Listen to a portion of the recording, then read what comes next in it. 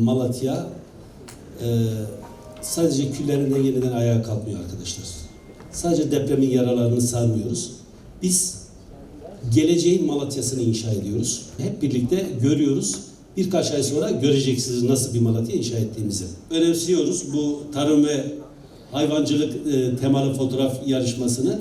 Malatya'nın ta geçmişten günümüze kadar olan bir tarımın sürecini anlatacak. Elbette ki bu fotoğraf yarışmasında bunlar da olacak. Hakikaten Malatya'mız için çok ciddi bir değer olacak. Bu kayıtlar 4 Nisan'da başlıyor, 4 Nisan. 30 Ekim'e kadar da devam edecek.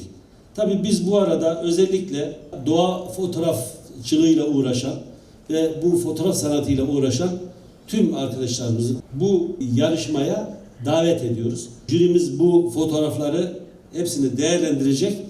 Ben inşallah hem Malatya'nın tarımını da etkileyecek hem de Malatya'da artık dediğim gibi şehir yeniden ayağa kalkıyor. Yeni bir şehir oluşturuyoruz.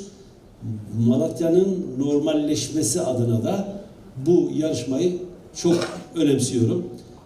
Binalar yıkılıyor, insanlar ölüyor ama bir yerde de hafızamız lazım bize. İşte burada da fotoğraf devreye giriyor. Ödüllere baktığımda belediye standartında değil, bakanlık düzeyinde ödüller var ve bu bizi çok mutlu etti Malatya'da böyle bir etkinliğin olması. Ben hem Türkiye'de hem yurt dışında çok fazla proje yapıyorum ve yani şu standartlarda çok fazla ben ödül görmedim. Malatya'ya ben çok şey katacağını düşünüyorum. Türkiye'de rekor bir katılım olacağını düşünüyorum. Böyle bir etkinliğin hele Malatya'da olması, ki ben de yabancısı değilim bu şehrin, sürekli geliyoruz. Çok önemli. Metropollerde benzer şeyler yapıyoruz. Ama hep bizim derdimiz şuydu, hani bunları niye başka yerlerde yapamıyoruz? Niye bunları Anadolu'ya daha çok yayamıyoruz? Şu an hem ödüllere baktığımda hem de temayı incelediğimde çok keyif aldım. Yani çok önemli bir yarışma bu. Ulusal bir yarışma, uluslararası bir yarışma.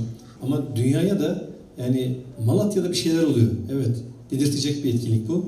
Kayısının yetiştiği ilimize yakışır. Ülkemizin sanat dalında şu anda en prestijli fotoğraf yarışmasının startını vermek üzereyiz.